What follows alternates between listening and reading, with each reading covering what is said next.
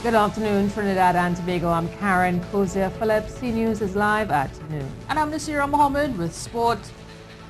Topping the news at this time, a vote on the Foreign Account Tax Compliant Act, FATCA, will be taken on Thursday, 23rd February 2017. This from Prime Minister Dr. Keith Rowley as he began his contribution in the Parliament last night. The marathon debate was a motion to adopt the report of the Joint Select Committee on the Tax Information Exchange Agreements.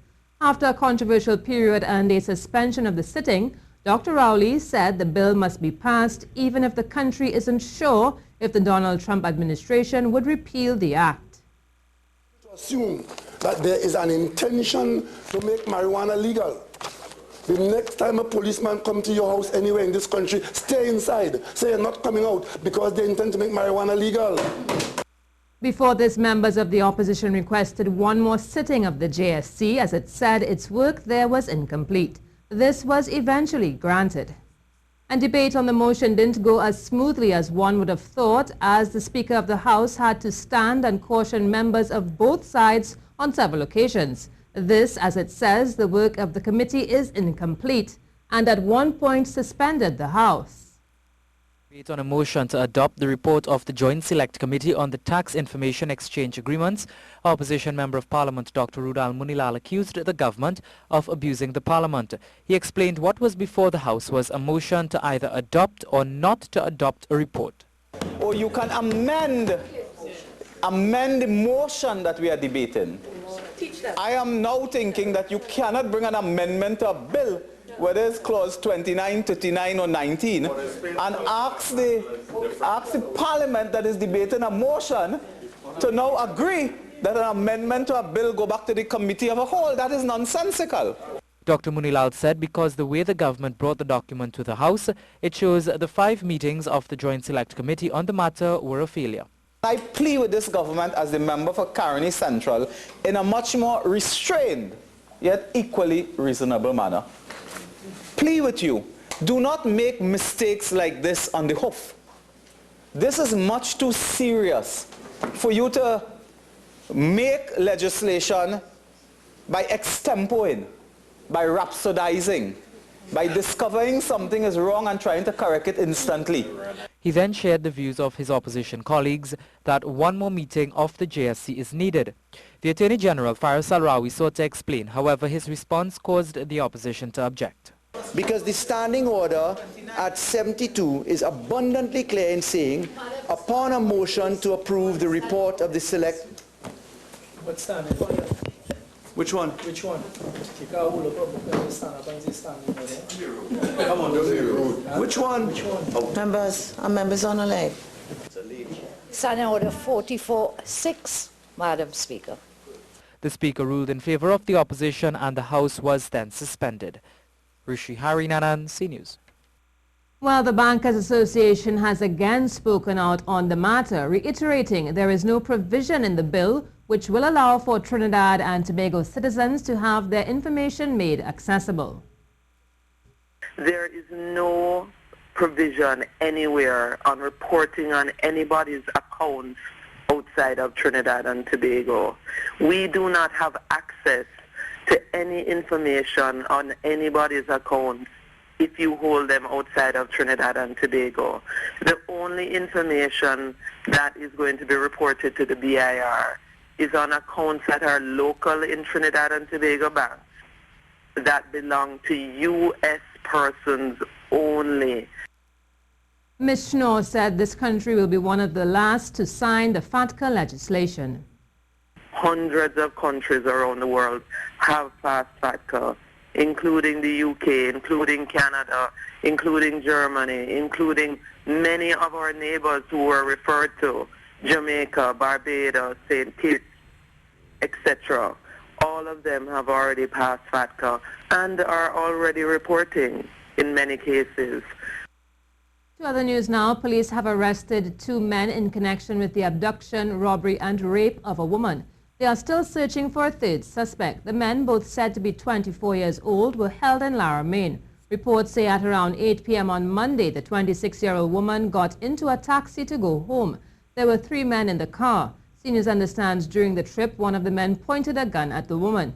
She was taken to an area in Debi where she was allegedly sexually assaulted and robbed of $300.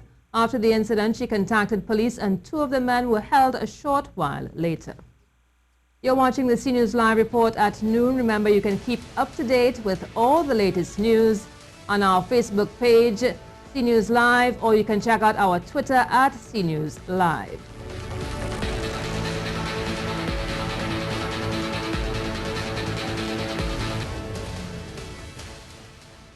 Well, there needs to be a movement in Trinidad and Tobago to deal with the issue of domestic violence. This from Director of the group Men Against Violence Against Women, Donald Beaumont.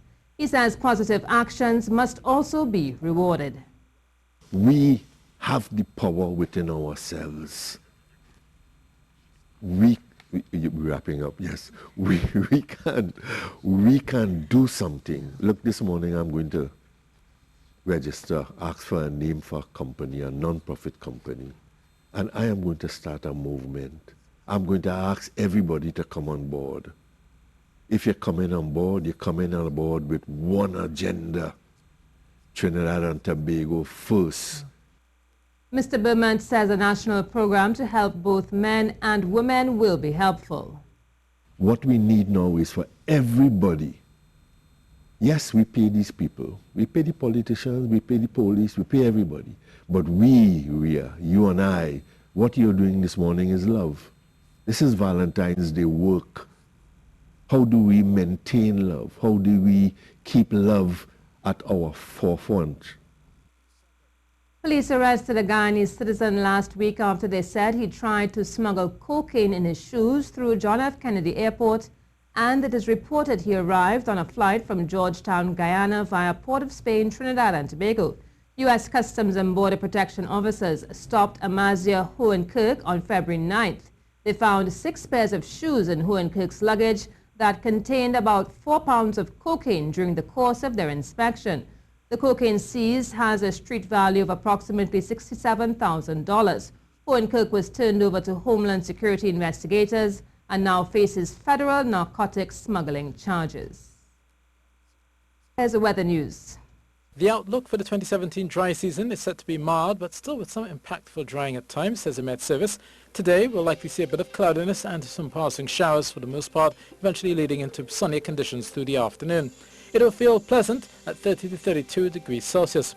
For fish folk and the sea bathers, only look for a moderate chop through the Caribbean of 1.5 to 2 meters. Further out in the Atlantic, mostly moderate choppy seas are expected, with east-northeasterly winds of 10 to 15 knots with some whitecaps and some spray, and east-northeasterly swells of 10 seconds. High tide is at 6 p.m. That is the latest weather, and I am meteorologist Dean Wallace. Attorney General Faris Al-Rawi says his office is in the final stages of preparing legislative reform to treat with the issue of money laundering within real estate industry. The AG said it will be brought to the Parliament as early as this year.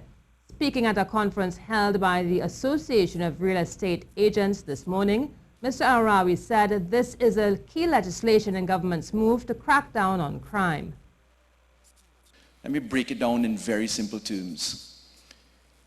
The government's sole focus in dealing with crime is to follow the money as one of its main objectives. Why? Crime is driven by profit. Nobody engages in crime other than crimes for passion, crimes of passion, than for the reason of profit.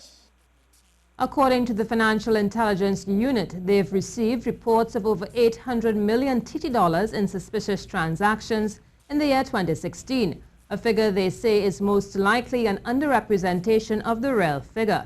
FIU representative Ms. Suzanne Francois addressed the industry reps present at the conference, as she said they also hold a responsibility in protecting the profession. There are 556 real estate agents registered with the FIU, but in 2016, and this is consistent with the past years, we have only received 8 suspicious transaction reports from 556 real estate agents registered.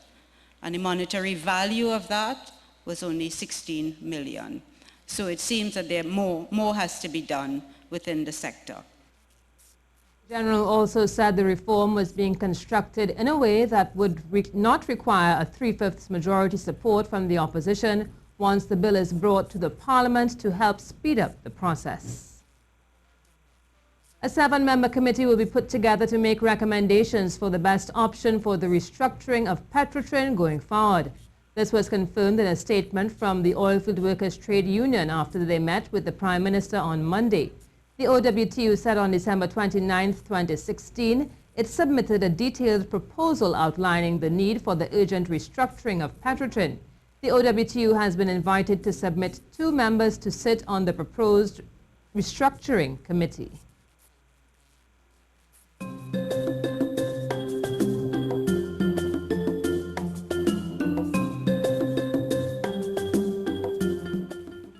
While ambassadors of the European Union visited Tobago on Monday. During the visit, the ambassadors met officials of the new THA with the hopes of renewing and exploring opportunities to enhance the European Union's open and long-standing relationship with Tobago. On Tuesday, the members of the EU held a breakfast meeting specifically for the media to brief them on the conversations they had with the new THA executive. Our reporter, Patricia Nicholson, is on the line to give us some more details. Good afternoon, Patricia. What can you tell us? Hi, good afternoon, Karen. Well, I can tell you that among the many fertile areas for potential collaboration as discussed among both teams were culture, trade and investment, tourism, agriculture and fishing, and of course security. Ambassador of the delegation of the European Union, Aid Brooks, said it was the first time the 6 ambassadors of the EU and its member states present in Trinidad and Tobago visited Tobago. He said the discussions between his delegation and the new THA executive was fruitful. Speaking specifically on tourism, he said he was aware that tourist arrivals to Tobago had declined over the years and had agreed with the THA's proposal to market heavily again to the European nations. But the United Kingdom of Great Britain and the Netherlands ambassador to Trinidad and Tobago, Mr. Tim Dew, said Tobago must first find its niche or its tourism product, and then we'll be able to market, to truly market the destination. So the team was expected to tour various historical sites today, which is the last day of the official meet with the Tobago House of Assembly. Thank you very much, Patricia.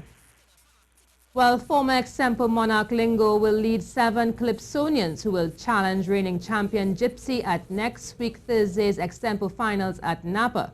23 Calypsonians faced the judges at Globe Cinema last evening, and we'll have more on this a bit later in the newscast.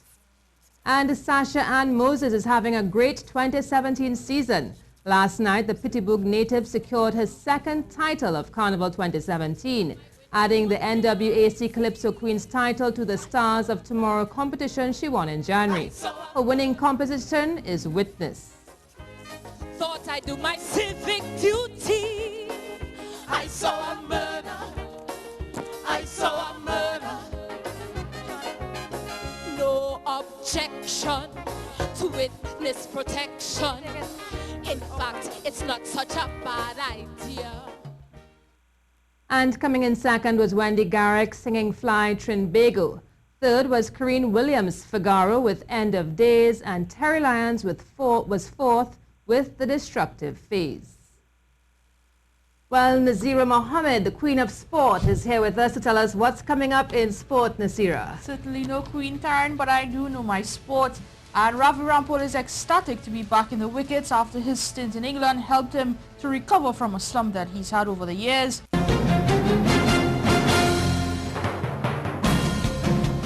Final of the Digicel Pro Bowl knockout tournament is set with holders the Defence Force facing favourites Central FC. In the grand finale, Jamil Botswain was a hat-trick hero for the boys from Petrotrin, while national goalkeeper John Michael Williams came up big in goal and then from the spot to see Central through. John Michael Williams had a relatively quiet day in goal as Central did most of the running in this one, as Angus Eves set up his team to defend deep and hit on the counter-attack. It's a strategy that frustrated Central outfit a bit as they left their scoring touch at home and misfired time and again. The end result is a rather dull goalless draw that needed kicks on the penalty spot to decide which of the two advances to the final.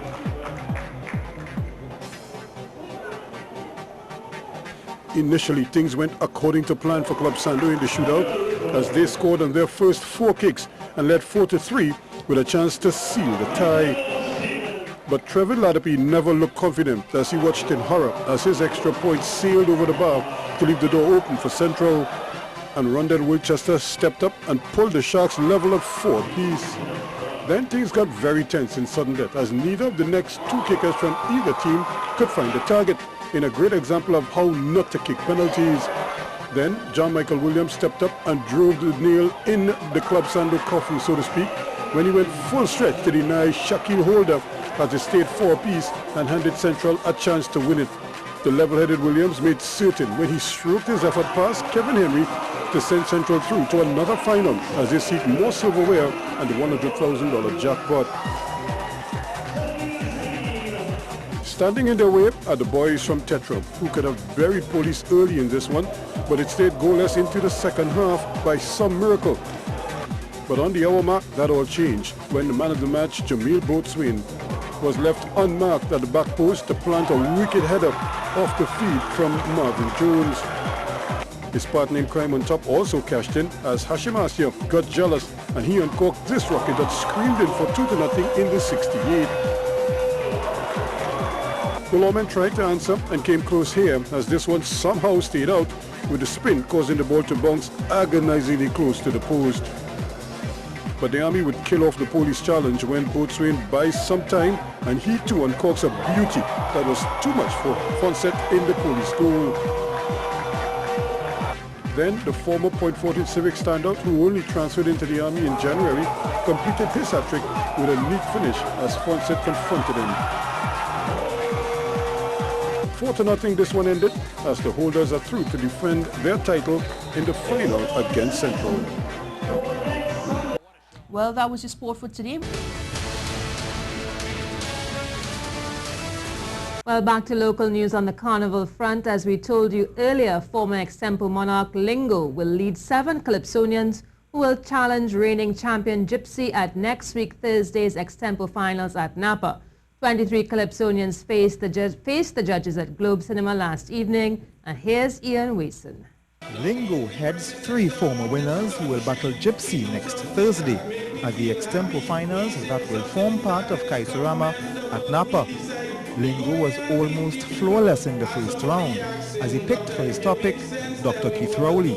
About the violence, I'm telling you, you must understand, it's a lot you more careful how you take your man. Lady Africa was her usual self as she touched on school violence. She too was almost flawless in her delivery. These days it have a set of nonsense. The kids indulge in school violence. You're browsing Facebook in the night. All you're seeing is videos of big fights. And it has something I can't understand. You look at the fight, you see a young man. I felt hurt to my belly. Every fight is a whole set of young ladies. In the second round, there were 6 pairs singing on different topics. Black Sage sang with Myron B. Lady Africa sang with Brian London. Lingo was paired with Contender. Short Pants, who was in long pants, sang with Dion Diaz. Hezekiah sang with Juby, and Abebele sang with Scars. Of the 6 pairs, the 7 best were chosen to face Gypsy next Thursday. They are Brian London, Hezekiah Joseph, Lingo, Lady Africa, the incredible Myron B, Abebele, and Black Sage. Ian Wason, C News. And that's how we end the C News report at noon. I'm Karen Kozia Phillip. And I'm Nasira Mohammed. Do have a good afternoon.